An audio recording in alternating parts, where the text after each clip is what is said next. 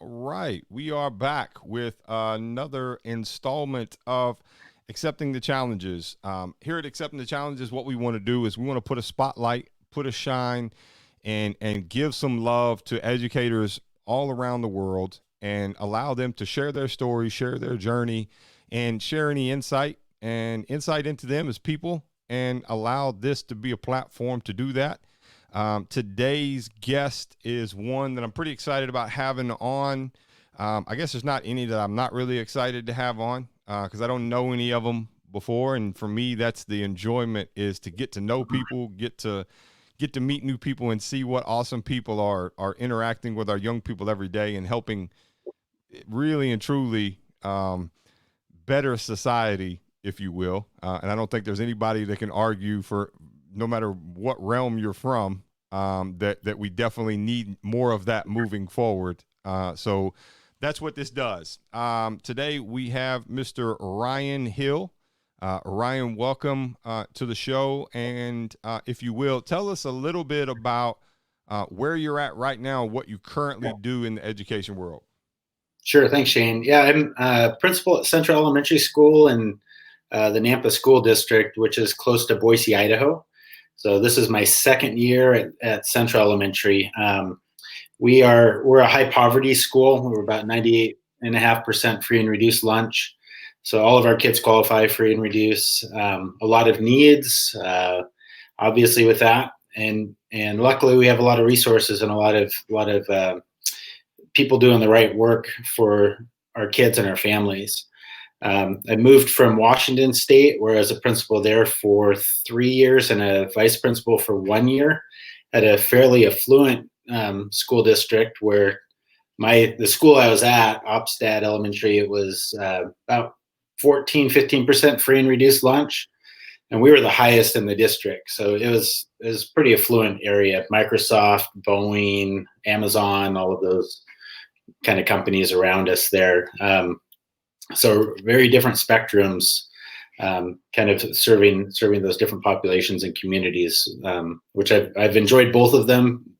Really enjoy working with the staff I have now with kiddos they're coming from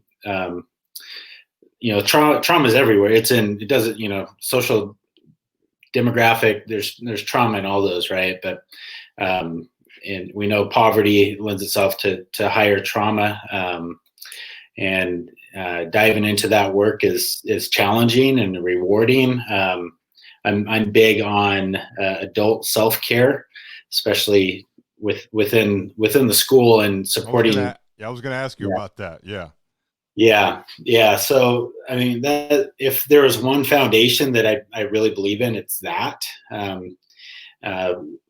One, because as we respond to kids that are coming with the kind of the brain model with the lids flipped piece of things, and we use zones of regulation and talk about some of those things if some viewers might be familiar with that. So kids that are in the red or yellow and they're just constantly in kind of survival mode, and the brain chemicals, adrenaline, cortisol are constantly pumping. It's how we respond as educators and adults that really make all the difference for those kids. We have a lot of them. Absolutely. So what's the population of your school? How big is it?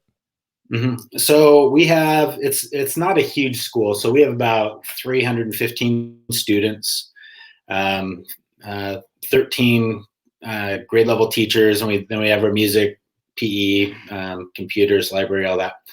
And we have an FCRC. It's a Family Community Resource Center. And there's a few of them within our district. So that helps families connect with all kind of community resources, even like state, federal resources if they need help, if they're going through like eviction or those, they can help with that. To a kiddo that has, their shoes have holes in them, and we can walk them down, and we have clothes, we have shoes, we have food. Families come in for early literacy training with our staff there. We're one of the very few schools in the country that has a pediatrician that is in the school 2 days a week. So for a half day, she's split and another similar school in the district. So that just started this last January, kind of right before COVID hit, and it's just started up again. We're in hybrid right now, so we have half the kids Monday and Thursday, the other half Tuesday, Friday, with Wednesdays off. So having that pediatrician has been huge. So a lot of our families don't have a primary doctor. They don't have the money for a copay. If they did have insurance, Medicaid, whatever, they don't have transportation. And just that ability for them to have that quality of healthcare right there at the school. We have a resiliency advocate as well that just started in February of this last year. So our district received a grant. And so what does that do? If I can ask, this is the first time I'm hearing of that. So what do they do? It's a great question. So, we have a school counselor. We have a school resource officer that's really tries to help meet needs of families and kids. But really, the resiliency advocate is the one that's kind of the glue in between all of those. So they'll go into they'll call families, they'll go into the homes, help make phone calls, help fill out paperwork for services, for counseling, whatever it might be. They may do. So really, they're the liaison between all of those services. And a lot of times we'll hand families pamphlets and give them info and stuff. Like, they may not have the bandwidth to pick up the phone. They're in survival mode. Going through whatever, it's depression, food, don't have enough food.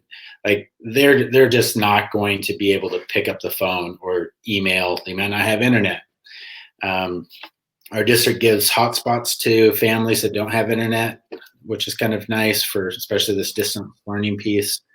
So when I say we have a lot of resources, we really do. Sounds like it. Yeah. Yeah. So, just starting my second year, it's still all sort of new to me, and figuring out with resources and how to use them the best way possible to serve kids. So normally how I start this is we go back to your childhood and talk, and I still want to do that, but we're talking about this, and I don't want to lose some of my questions, because I think everybody's going to have some of the same questions that I do listening to this. You consciously took this job, obviously, and you moved your family, you relocated, and those things. I guess my first question is, and this may overlap some of your story and your history, but what was the motivation to? I mean, because like you said, and I think it sometimes get lost when we help people with trauma. In order to help them, we have to go through a little bit of that, and obviously not what they're going through, but that can be a traumatic experience. So you're literally doing that on a daily basis, going through that. I can only imagine either being an advocate for the family as an entirety, or having to deal with a parental situation that is causing you to be just an advocate for the child, and try to figure that out. So what was your driving motivation? Because not everybody's up for that, and not everybody would sign up for that. Yeah, we moved to get closer to some family. My dad grew up in Boise area, and my wife's brother and sister both live pretty close to us, and young nieces and nephews. We'd been talking about moving to this area for quite some time. On the professional side of things, I think just that the challenge, and not having ever taught really in a high poverty area, that appealed to me, and having a pretty decent background into trauma informed kind of instruction, and how to help lead people into what are ACEs, how does that affect brain development. So I was a high school science teacher for 13 years. And so that stuff was always really intriguing to me. So I think as you get further into leadership, your goal is just to help more and more people as you go along, and just kind of passing that knowledge on. onto others. Compassion fatigue's a real thing in these more the high trauma and high poverty schools, and secondary trauma for adults are huge, and that it leads to burnout for a lot of our educators. If there's not an awareness of that, and then not only that, but also having a plan on like knowing when I'm triggered, so I'm not going to react in a way that's going to cause more psychological harm to a kid that's already their kind of window of tolerance is so narrow anyway. I think if I had somebody that had taught me some of these things when I was a young educator, I wouldn't have made some of the mistakes I did in losing relationship with kids, parents, because of how I responded to certain situations. Sure. So Sure. I find that can be a pretty powerful thing as a leader in general, is just to share some of your shortcomings. When I reacted poorly to a student and lost that relationship, those stick with you. Absolutely. and you want to help others not have those experiences, and because it's relationships and connections, that's the piece that helps everybody, but especially these kids and coming from high trauma backgrounds. Yeah. So I don't talk about it a whole lot publicly because it's taken me a long time to actually complete it, but I'm actually in the process of writing my first book called Your Trauma is Your Superpower. And it talks about, those things that I went through, but also using other people's stories as well and kind of going through it. And I firmly believe that. And I firmly believe that with a little bit of luck and some people having people around them to help, we're able to hone those skills into, because it allows you a different mindset. So let's go back a little bit. Let's go back a lot. I don't know how old you are, and I'm not gonna ask you to reveal that, but let's go way back to when you were a little kid. Let's hear what life was like as a kid and growing up, and where you grew up, and how things kind of led you into education. Sure. Yeah. I grew up in a little place called Lopez Island. It's up in the San Juan Islands in Washington State. So my graduating class was 17 kids, so it's pretty small.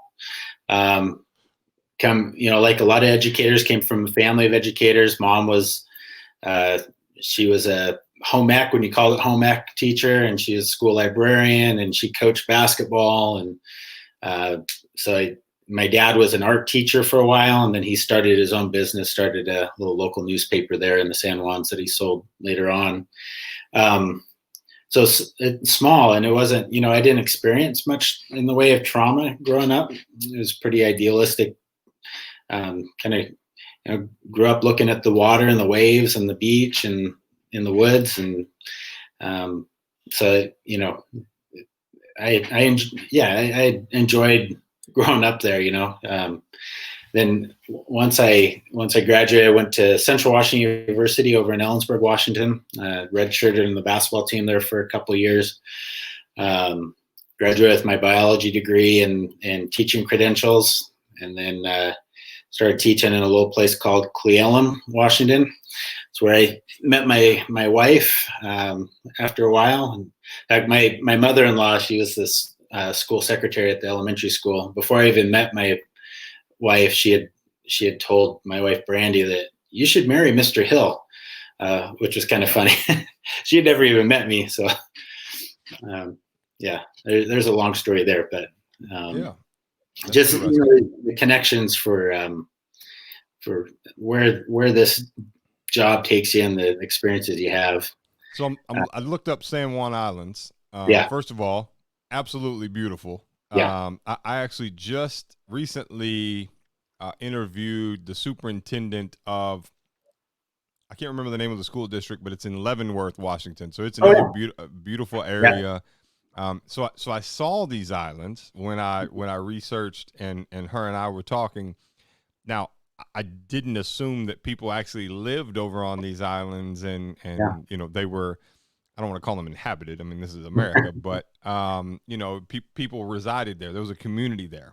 Yeah. I didn't know that. So, Yeah. so for any listeners, I strongly suggest Googling San Juan Islands. Looks like it's also near Orca Islands, but it looks like maybe is Orca Islands. I'm like there's Or like a that's right there. It's all still in the United States, right there, right? yeah, just south of the Canadian border. Vancouver Yeah. Island is right above. So yeah, there's Orcas, San Juan. So there's about 2,000 people that live on Lopez. A lot of kind of retirees. There's farmers. It really hasn't changed a ton, even since I grew up there. People wave at you like you get off you have to take a ferry boat back Yep. and forth from Anacortes, and it doesn't matter if you're the first time there. People they wave at you going by. Just that kind of a place, you know. It looks like a place that if you want to take a vacation, I'm assuming people go there to vacation as well. I'm assuming that's Mm-hmm.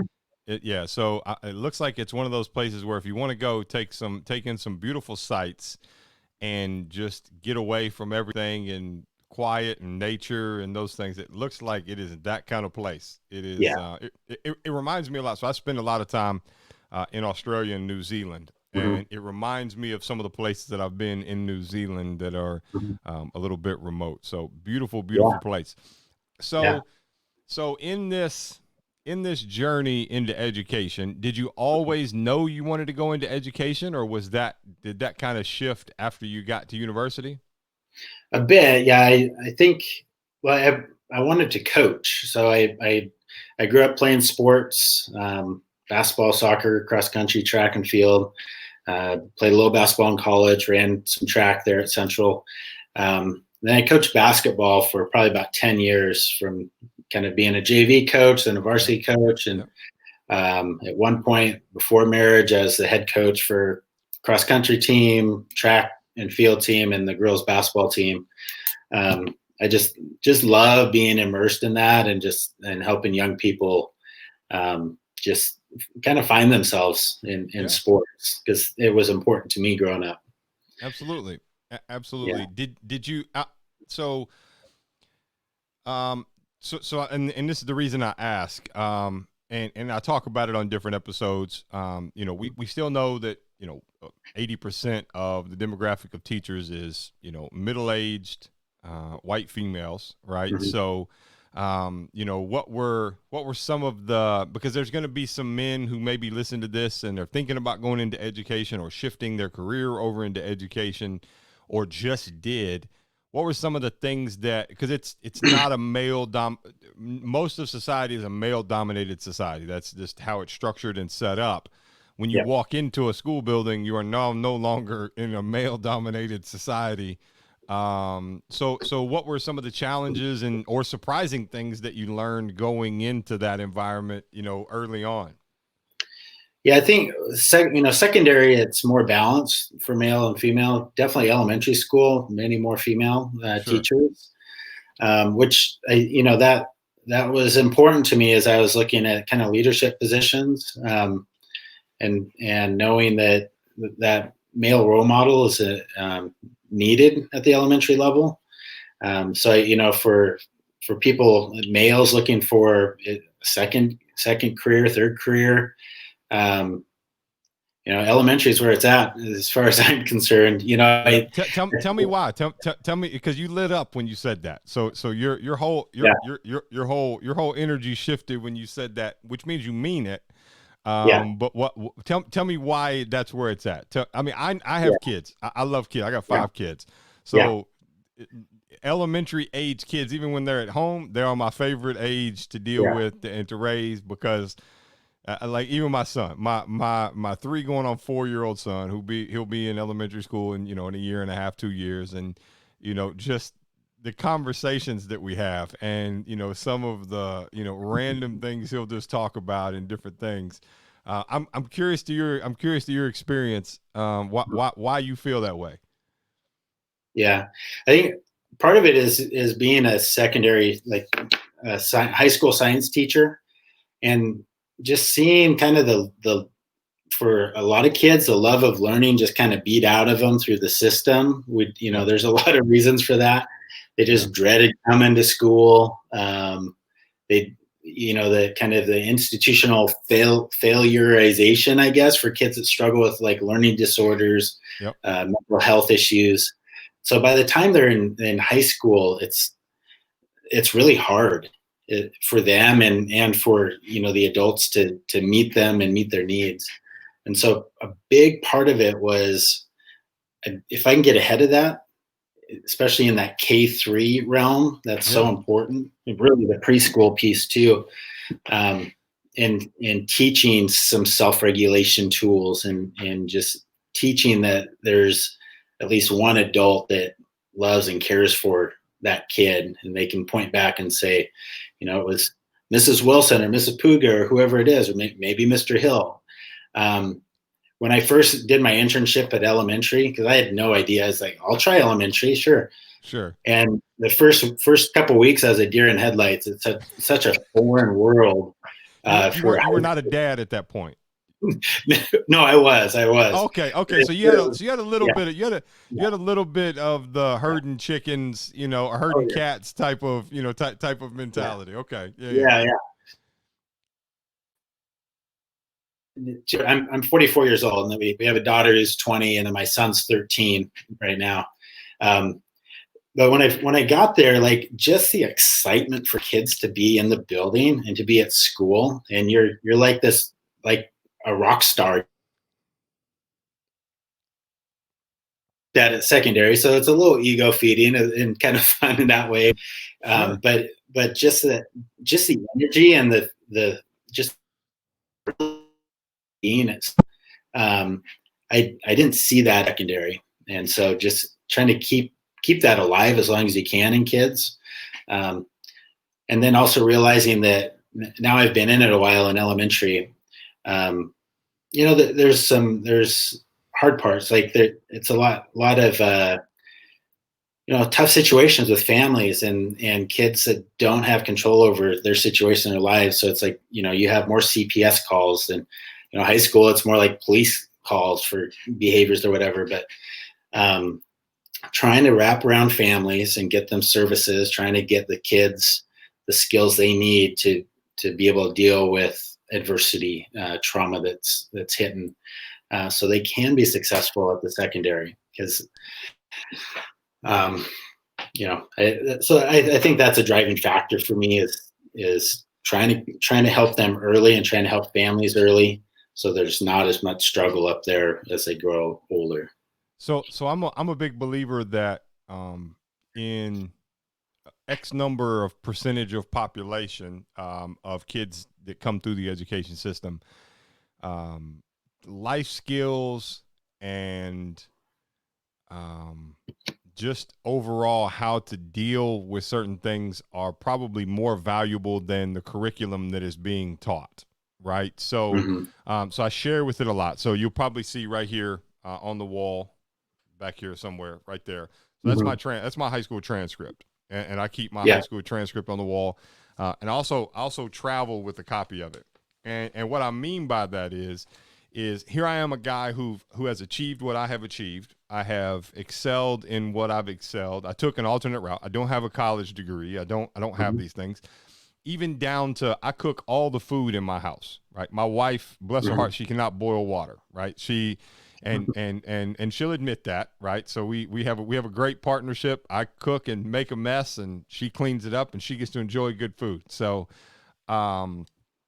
with that, I look back, right? And I talk about this on other episodes, but I look back and, my senior year in foods, I got a 33, right? Like, I got algebra 2 is the highest math class that I've ever successfully passed in my education journey, and I got a 63 in that.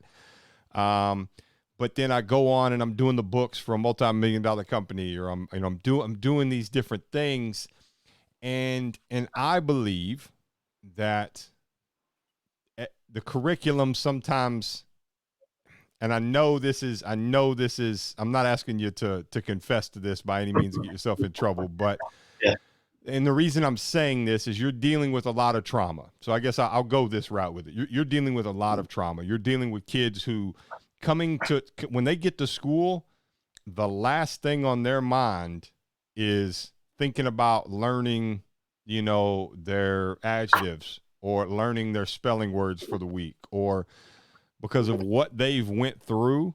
Um, it's just not on their brain, right? Yeah. So you still have to engage, and you still have to foster a learning, right? And what I've heard you talk a lot about is in what you're doing, you're still teaching, and they're still learning. And you're still teaching the curriculum, but you're also teaching them how to deal with real things in life. Like I'm a firm, like you talked about self-care. And I know you believe this because I know the demographic you teach, but I wish and believe, I think we'll eventually get there at some point to where self-care will actually start being taught in elementary and middle school and high school, because we're going to deal with trauma when you become an adult. Some form or Yeah. fashion, you're going to deal with it by the time you get there.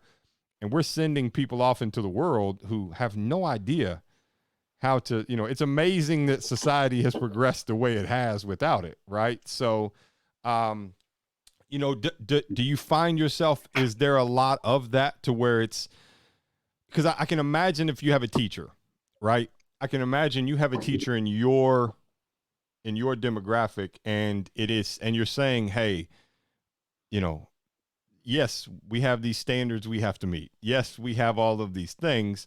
There's only so much time in a day. And if you've got 6 kids that just showed up today and there's some pretty stressful things going on in each of their life, that teacher's having to figure out and navigate the time. You guys have some great resources, obviously. Yeah. But I'm sure there's also a hierarchy of urgency of who gets what resource or who gets Mhm. to interact with who. You're dealing with things. I can only imagine. I'm not going to ask you the question because I don't want you to put yourself in a bind, but that's what it sounds a lot Mhm. like. And I think it's important. And it's pretty awesome to hear you say that, just from an emotional intelligence standpoint, to know that, and be aware of that. For sure. One of the common things that we say around the school is you have to take care of the Maslow stuff before you can take care of the Bloom stuff. Yeah. Um, so school wide, we do morning meeting for the first 20 minutes of every day. So the kids come in, they eat breakfast in the classroom, and then we do a 20-minute morning meeting, where they have a greeting, a share, some kind of activity, and usually those are kind of relational. And then we done something called Bal-A-Vis-X, which I doubt many people have probably heard about. So I'll spell it out because it's kind of funky. So Yeah. it's I'm going to search it. BAL, yeah, BLA, sorry, BAL dash A dash VIS dash X. So I see it. Bal-A-Vis-X, Yeah. and it stands Rhythmic for, rhythmic balance. Yeah, I see it. yeah, it's the physical form of mindfulness is probably the simplest definition. So it deals with balance, auditory, visual, and exercise. So there's something like over 200 different exercises, and you're doing. I have a couple of like just from these little racquetball looking things, a lot of beanbag work, where you're doing a lot of partner interactions with it. It's very rhythmic. You get a whole class going with it. You have that mindful aspect, so it's calming. So we have some of our kiddos that present maybe as like ADHD, that they can take a 3-4 minute Bal-A-Vis-X break where they're doing those activities, and it really helps calm them down, helps them focus. It helps build community, because if you and I are doing these exercises, we're passing this beanbag back and forth without talking, because that's a key part. It's hard to be a bully to somebody that you're doing these cooperative types of activities and exercises with. So it teaches a lot of different pieces of that.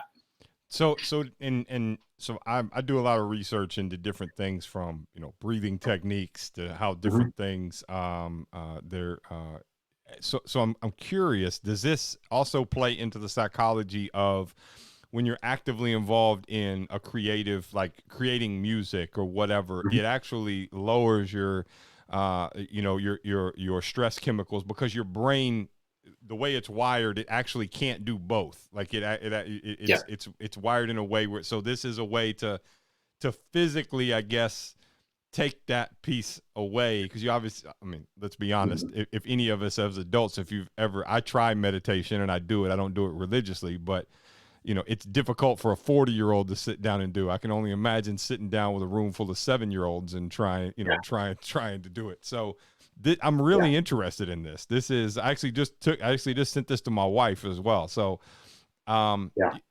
this is awesome. Is this something you put Yeah. in place, or did they have in place when you got there? Um, they hadn't had it at the school. Some of the people in the district had done the training, so we had a small team, including our PE teacher who teaches it throughout. With all the classes coming in, a little different with COVID right now, but it's a 17-hour training. We did over like a Friday night, all day Saturday, half day Sunday. So the company comes in. There's like 50 trainers maybe in the country. Um, and the kind of the cool thing is that we we train the kids, but we're not allowed to train other adults.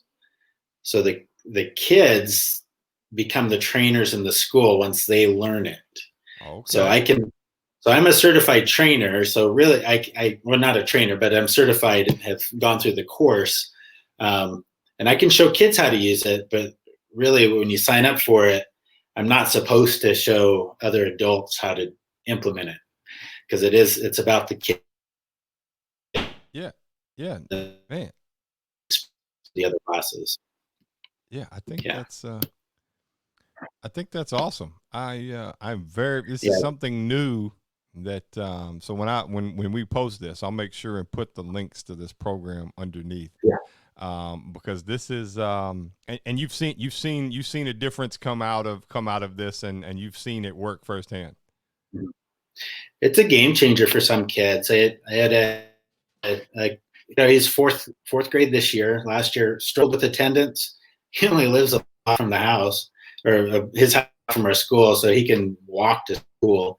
But he had a ton, like probably more than 40 absences through maybe half the year, a lot. So I made him a deal that if he showed up on time or within the first 20 minutes of school starting, that he and I would do the Bal-A-Vis-X, and then he could also bring a friend to teach it to. So it didn't make it perfect, but he started coming more regularly, and he was calmer in class, more regulated, and able to focus. So it's kind of a cool deal for him.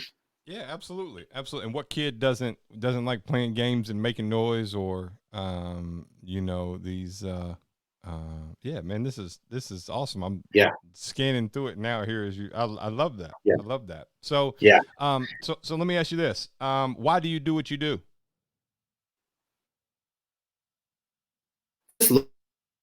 Um, Helping kids. So it's kind of the line I give is just helping people become a little better every day to be a better version of themselves. Trying to become that myself, and I'm fed when I'm able to help others and others succeed. I do a lot of work with our staff on something called the Enneagram as well, which some people may know Mm-hmm. something about.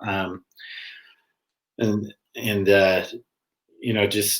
just seeing people have better understanding of themselves and what triggers them and how to help overcome those, so they're responding better to not only the kids but other adults, um, just to make that community stronger. So I just love to see other people succeed, and if I can be a support in that, then that feeds me. So Awesome. What do you look for when you're looking to bring a staff member on board to fill a vacancy? mhm. um, I want to hear in their answers that they love kids, and they that's the first thing that because I've interviewed a lot of staff, a lot of potential staff, and though that piece comes out in their answers. You could have somebody that's interviewing for a teaching position, a parapro position, and they give textbook, spot on, everything you'd want to hear, but they didn't say anything about kids really, besides like data or this is how I teach expectation. Like I want to see a heart for kids, number one. And then the rest will follow. Like you can teach the rest. So, for teachers, classroom management's a big piece, but a lot of that comes from relationships, being able to develop relationships, getting into just getting into the lives of kids and showing that you care about them. And then that makes everything else click. So. Absolutely. What are some tips that you give some of your staff on how to build relationships with the kids? Mm-hmm. Yeah, I think it comes for us. A big part of it is that the morning meeting, but sharing your own story, which I think it sounds like listening to you that's a heart of your work is Sure. being able to share your story. There's power in our stories. People connect with stories. So that's a big piece of it is for our teachers and our staff to be able to share their stories with the students and the families and each other.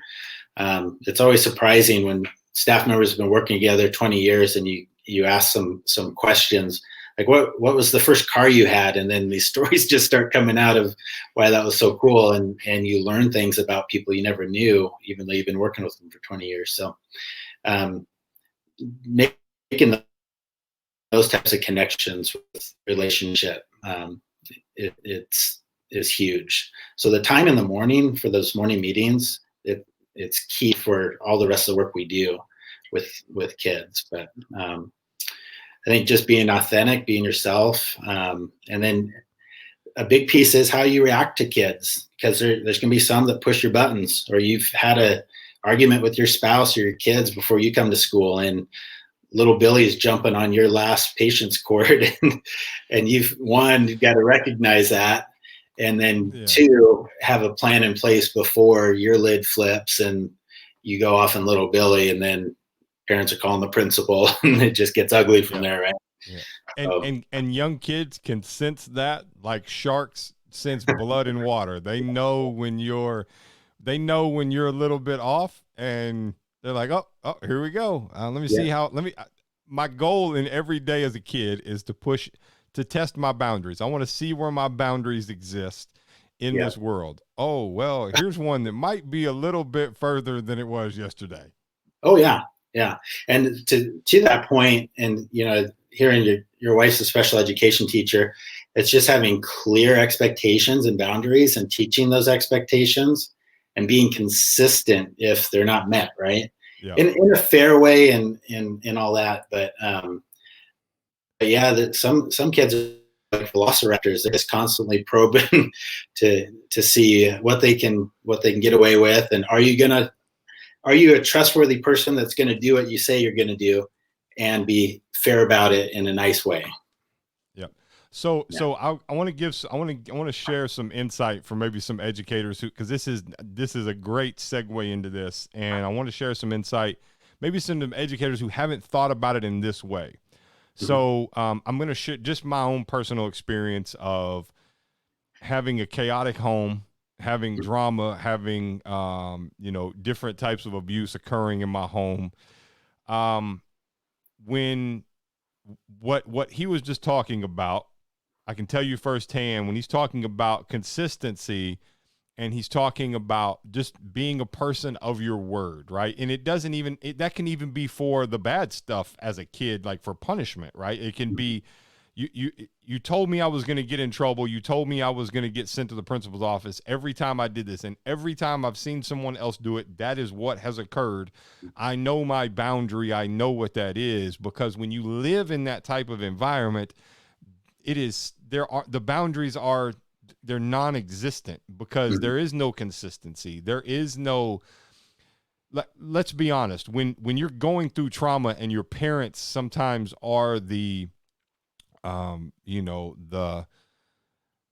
deliverers of the trauma, Mm-hmm. right?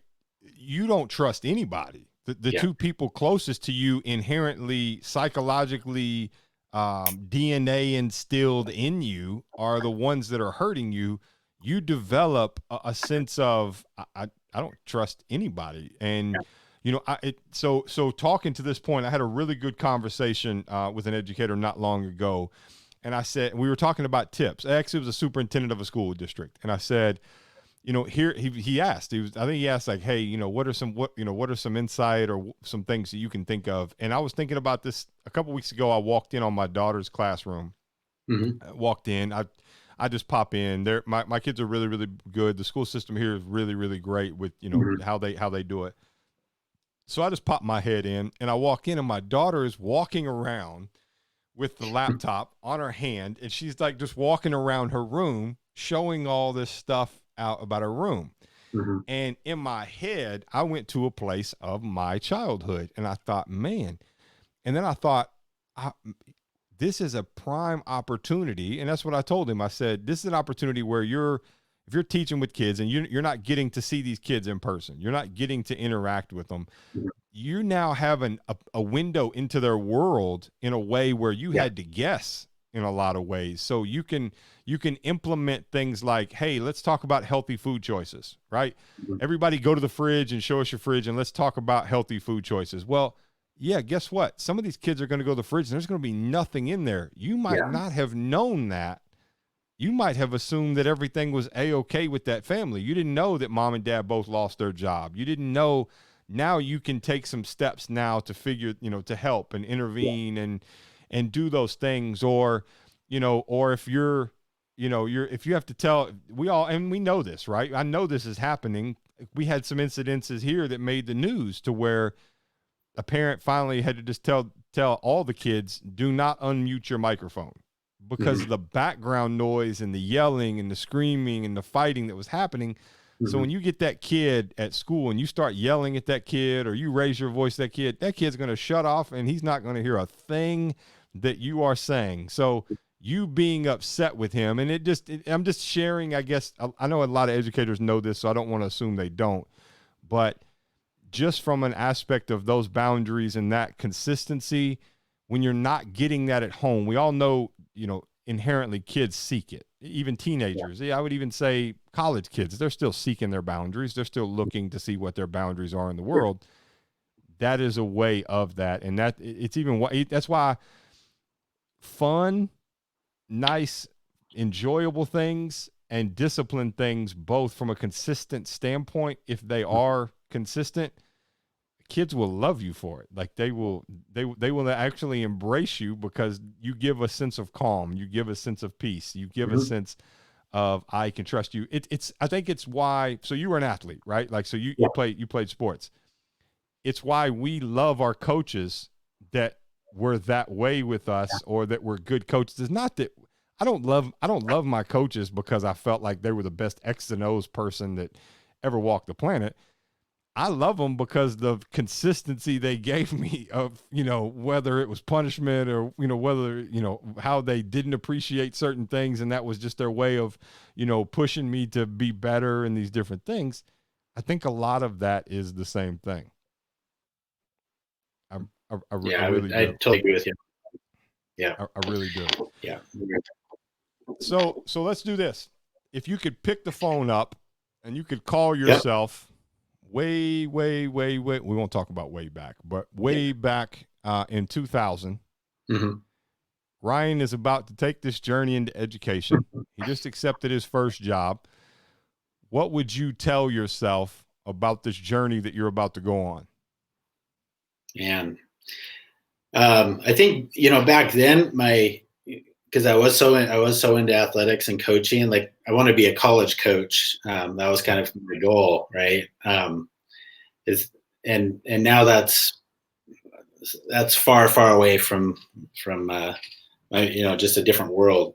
But it's the relationships of the work is, I don't know, invaluable. It is the work, it's the relationships, and that's with the adults you work with, because it's hard. This is hard work. people see, hey, you get 3 months off in summer or whatever, and you get, all this time off.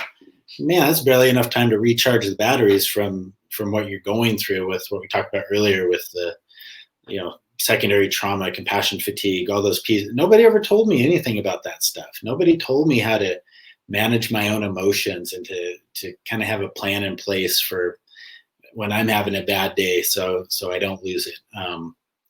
So I think just telling myself some of those pieces and it would have helped a lot my first probably 10 years before I started figuring some of it out or heard a few things and be like, oh, so just going back and giving some of that advice on emotional intelligence, self-management, how to impart that to your students and be that role model, Yep.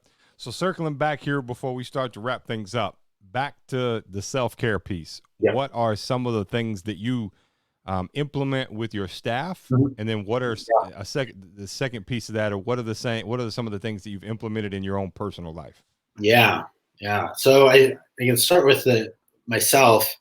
So I'm rarely at school past 4:30. We're out at 3:44, 3:45. My first year or so, I was there late, and you can do that for sure.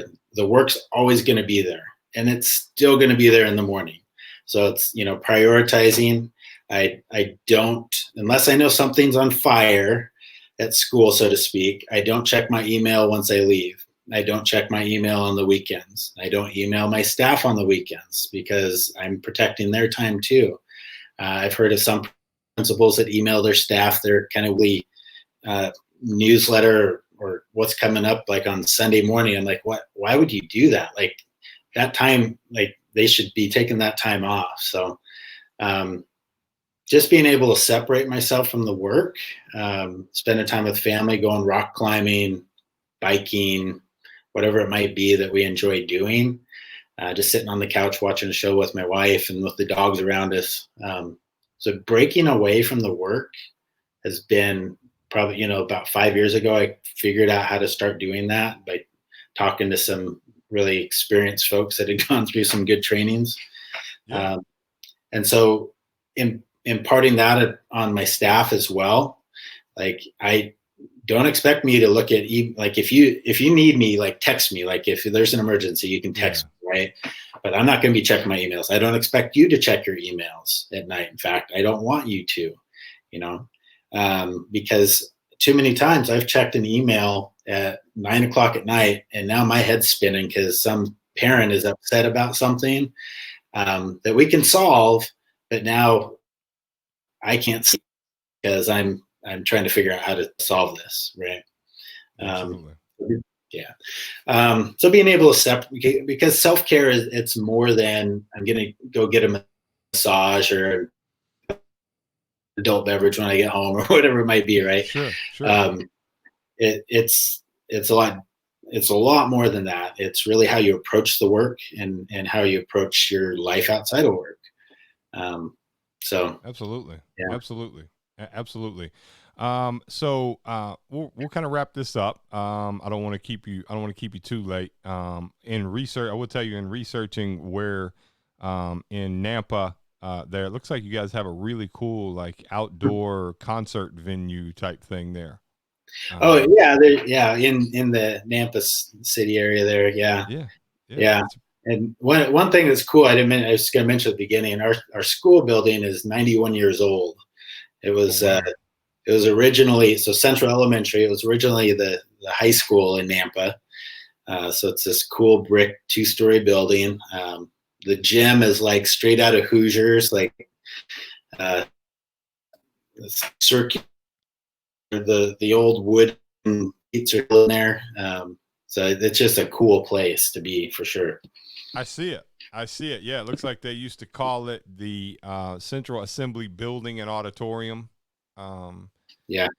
I see some of the pictures. Man, that's a cool a cool place. So it reminds me a lot of my middle school. So my middle school had been added on, which used to be the high school, which now they've actually turned it into apartments and different things. But the original gym was in there, and from one hooper to another, when you went to the little gym, we had a little gym. They kept it up. It had like you walked in and like the out of bounds was right next to like the wood paneling, and you went up and you go. Yeah.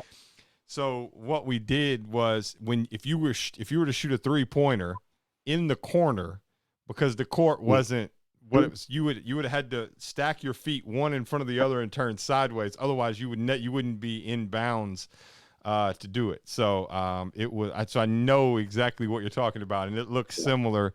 Or looked similar to the pictures I'm looking at here. So if I ever make it up your way, or I'm ever given a talk up your way, I want to make sure I pop in, because I want to check this place out for sure. Yeah, that's pretty sweet. Yeah. So, so looks like I see some of the PE classes. You guys have the chair back seats going up, and then you've got the wood. Look like maybe are those wood beams that go through the middle. Yeah. Oh man, yeah. I've got to see.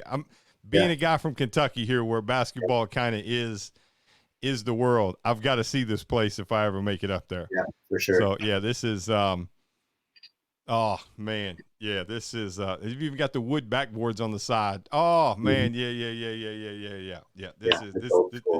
This is my kind of place. This is my kind of place, right? There's a lot of good stories that were in that gym. So typically, when we wrap this up, what we do is we ask a few personal questions, just so the viewers can get to know you, just a little bit more. Nothing too personal. And then what I actually do now at the very end of it is I actually turn the mic over to you and allow you to ask me a question. It can be about my journey. It can be about my life. It can be about my travel, or Kentucky, or wherever. So I'm actually going to ask you 3 questions.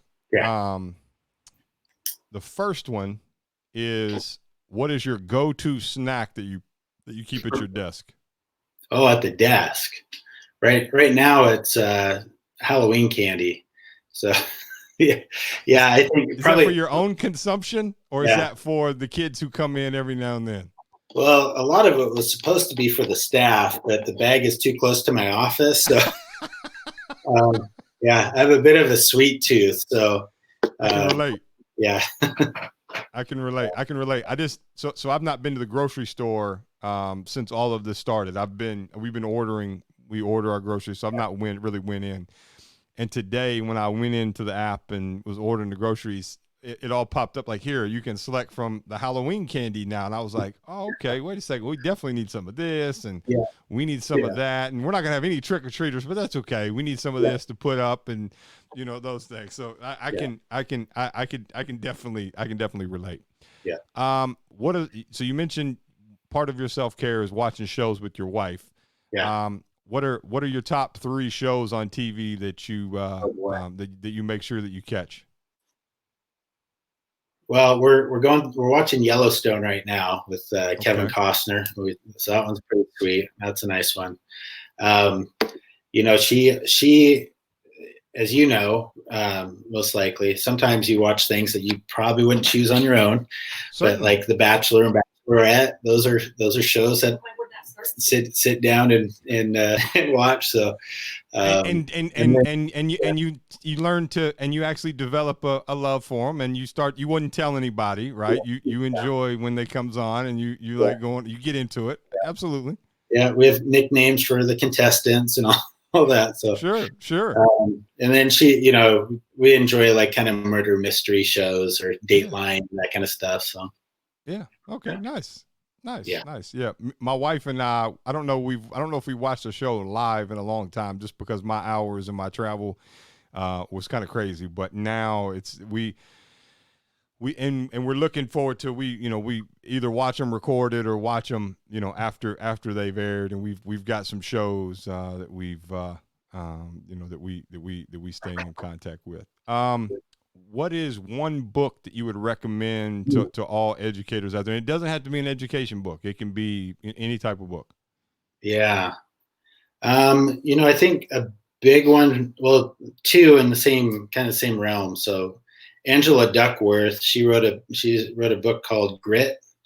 And that, I think that dovetails really well with Carol Dweck's book on mindset, growth mindset, fixed mindset stuff. Yeah. And so Angela's Duckworth book is more of the where the rubber meets the road, how to do people with that growth mindset piece. So those are two that have been pretty influential, that I popped to the top of my head anyway. Yeah, nice, nice. All right. Well, now I'm going to turn the stage over to you and allow you to ask me a question, and you can ask me more than one. Sometimes people have a different set of questions, so the floor is yours. Yeah. So who's that teacher as you think back to elementary, middle, high school? Might be a couple that you're like, that dude or that lady helped me become like pathway, or helped me become, or believed in me, or whatever it might be. So who was it, and kind of what was it about them that you connected with? Yep. So I've been asked this question before, but I love answering it because it's not your conventional answer to what most people. I didn't actually have any actual. So I had educators that did, but I didn't have any teachers that really stood out to me. Mm-hmm. I was. I had my issues. I played basketball, so it was kind of like, hey, we're just gonna. I hate to say that, but it was like, hey, you just don't physically harm anybody in class, Shane, and we'll do what we can to kind of get you through here. Yeah. But I do have a couple people that did impact me, and I'll share that with you. And I like to do this especially with administrators because and if I was to come, for example, if I was to actually come and you said, hey Shane, I want you to come and take a day and talk to my educators, but also talk to my students, I would actually ask you to have your food service people there and your custodians there, Mm-hmm. and here is why. So I went through what I went through in in life as a child, and going through those things. Mm-hmm. I feel like people knew what I had going on, or knew there was something going on, but nobody ever. I don't ever recall.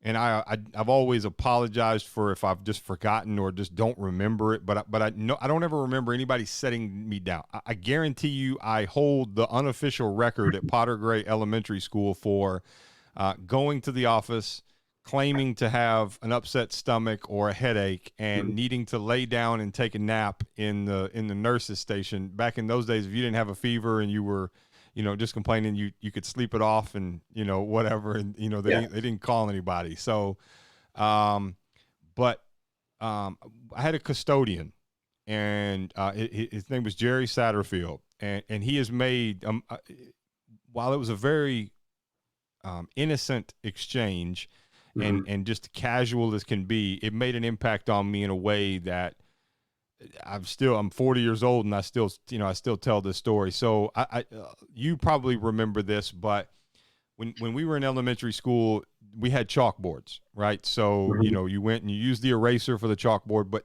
most people never really gave it a thought to how do they clean those?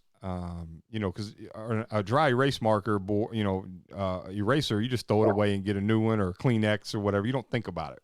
Mm-hmm. Well, it's what he would do. Mr. Satterfield would come around, I think on Fridays, and he would say, every now and then he'd pop into class, and he was collecting the erasers for the day, and he would ask, like, hey, do you have anybody who's had a great week and wants to come help me, right? And just something really, really simple. Well, I somehow finagled the system to where he started picking on me, and it actually became a thing. Like, I would go with him to pick up trash. I would go with him to do these things.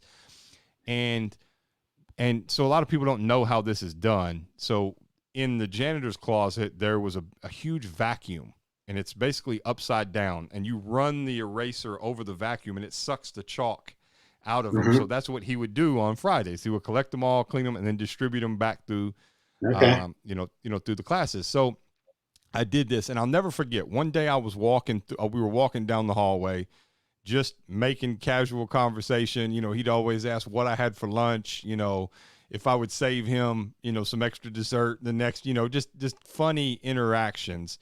And just one day we're walking through, I feel like it had been a rough time at the house. He just reached over and put his hand on my shoulder, and he said, "You know what, old buddy?" He said, "Me and you, we ain't that much alike." And this is at the time probably a late 30s, early 40-year-old black male who, is a janitor who I've not told any of my personal business to, none of my personal life to. And here he is just saying something to me. And that stood out to me in a Sure. way that, it was like, man, this guy cares. And that's why you talked about that in the very beginning of everybody making sure that, you try to find somebody at the school, try to find a kid and let them, find, if you build that relationship, what the cool part, and it kind of ties into basketball, the cool part is when I got to high school, my freshman year, I played varsity as a freshman. We only had one senior, and his son was the lone senior on the team. So we actually developed a friendship and kind of came through it. And I've never told him face to face about his dad or,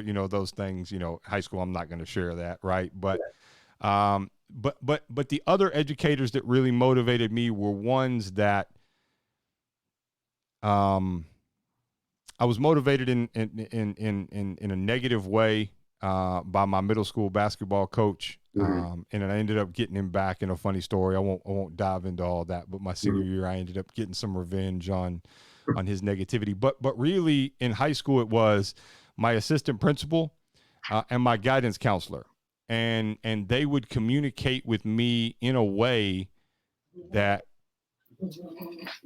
they would communicate with me in a way that I needed to be communicated with, not in a way that you're supposed to communicate with. So we would have some very private conversations and, hey, get your head out of your hind end, like this, in a very different way of, this is, look, you got to figure this out, and you're better than this. And I expect more of you.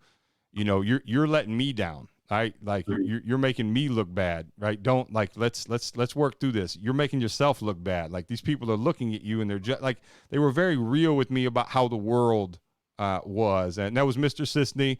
He's actually still alive. I'm friends with him on Facebook now. And, I don't know if he knows the gist of all that I've accomplished or all that I've achieved. And the other was my high school counselor. My high school counselor was very real with me. There was no, like, we would close the door and I was free to use whatever language and whatever verbiage I wanted to. She did as well. And we had a very open dialogue and communication. And she, for all the heck that I gave her through high school, she, so I had to pass English, I believe it was, my senior year in order to walk the line and to graduate and not have to go to summer school. And and it all came down to my English final. And I'll never forget, they came to me and they said, look, we're going to grade your final tomorrow morning. You need to be here at 8:00 in the morning, when we get here, because that's when we'll know, if you graduated or not. So I'm stressed to the gills. I haven't told my family really didn't care. Like, they weren't keeping up with my grades. It was just this whole idea of, you mean I'm not going to graduate high school, or now I still got to go during summer school to figure this out. That's not what I want to be doing the summer after my senior year.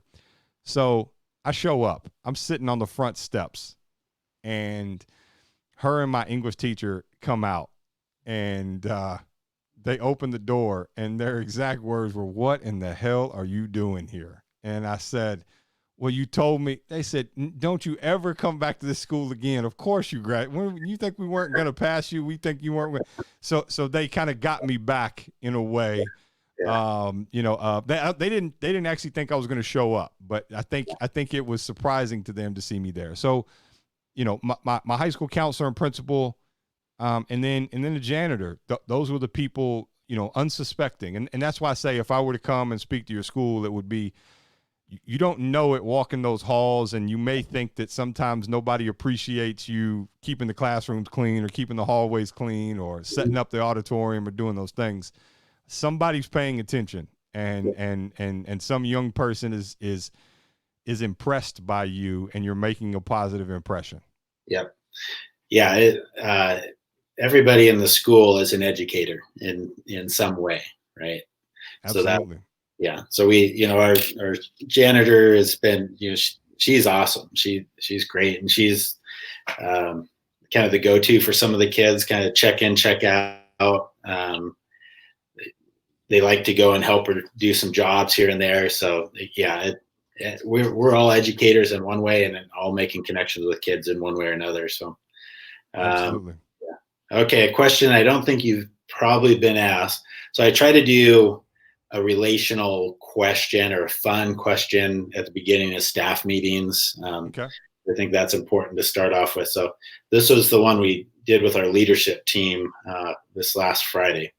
So would you rather have your skin would change color to your mood, or visible tattoos would show up depicting what you did over the previous 24 hours? Well, if in my life right now, Yeah. Either one I'd be safe with. Yeah. But 25 years ago, I would definitely go with the color of my skin. I would not be going with the with the tattoos. Yeah. But yeah, I would go with the color of my skin. Yeah.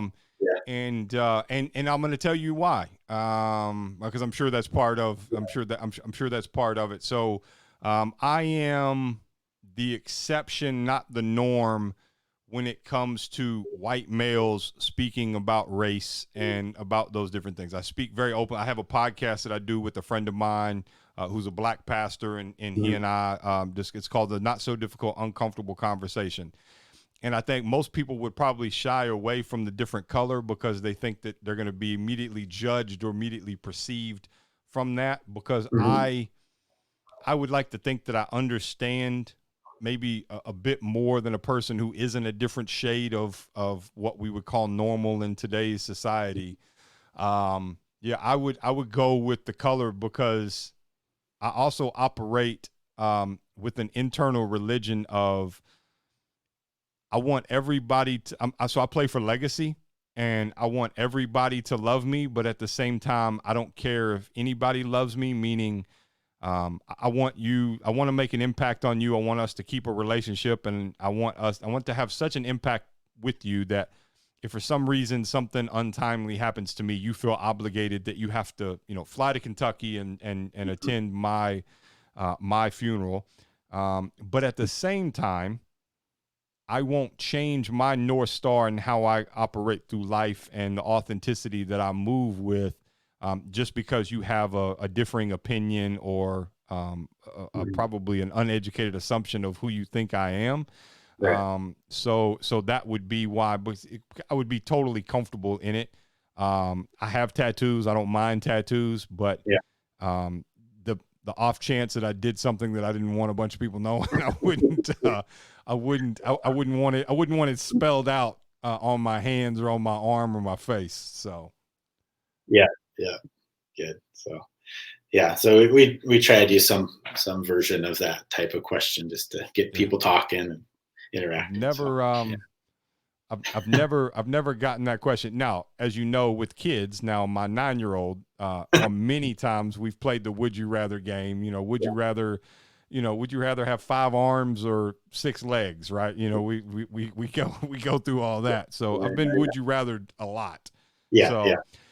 Ryan, listen, this has been great, and I love this. I would actually, so one of the things that we're actually going to do out of this is not just the individual conversations, but an extension of this. I would like to bring maybe some different principles together and have some group conversations to share some things. There's a couple people that I've talked to that either work with at-risk youth as educators and or are big into the self-care, big into a lot of these social emotional things, because what you're really doing is taking social emotional to, like, you're on steroids. Like it's up to a whole nother level of what that is. And I think, and even from other countries. So, right now, I have a very, very dear friend of mine who is the headmaster at an indigenous school in Brisbane, Australia. And, there's some unique things that they go through, and from trauma and, from different standpoint. And I think putting people like you and him and some different people in a conversation together, I think some really cool conversation would come out of that. And I mean, heck, it's, when you're connecting different people, nothing wrong ever comes out of that. So I want to share with you, I appreciate you as an educator. I want to share with you that I appreciate what you're doing, being a kid that comes from an environment that might be similar to some of these kids that you're working with on a regular basis. What you're doing is there's not a price you can put on it. And, there's not an amount that they could pay you enough where it would be, the right amount. You're underpaid, there's no doubt about it. I don't know you outside of this, and I'm not saying that because you're complaining about it. I'm saying it because you're doing above and beyond what that degree and what those classes that you learned in that class to teach and to be a principal and those things, you're going way above and beyond that. And I can tell you, I don't know anybody in your community, but if I lived in your community, I would be lobbying for people to make sure they appreciate and understand having someone like you in the community that's doing the work that you're doing. No doubt that probably translate into being a great dad and a great husband. No doubt you're making the right choices by watching The Bachelor and all these different things. So you're learning. You've learned there as well. So in all seriousness, thank you for what you do. Thank you for you actually embody everything we talk about here, and that is waking up every single day and accepting those challenges. You might have a kid come and tell you the best day of his life, and you may go to school tomorrow morning and a kid may walk up to you and tell you the worst day of his life. And, you put those hats on and you deal with that and you navigate that and you provide a safe and trusting environment for those young people. And I commend you, man. I can't thank you enough. And I have no connection to you whatsoever, but I know the good that you're putting out into the world by those kids coming through there. So man to man, I want to tell you, I thank you for what you do. And I thank you for how you're going about doing it. Appreciate it, Shane. Thanks for what you're doing too, and connecting people and sharing your story. Right. Like, yeah, it's awesome. I appreciate appreciate that. We'll be in touch, and you have a great rest of the evening and a great rest of the week. Thanks. You too, Shane. All right. Cheers.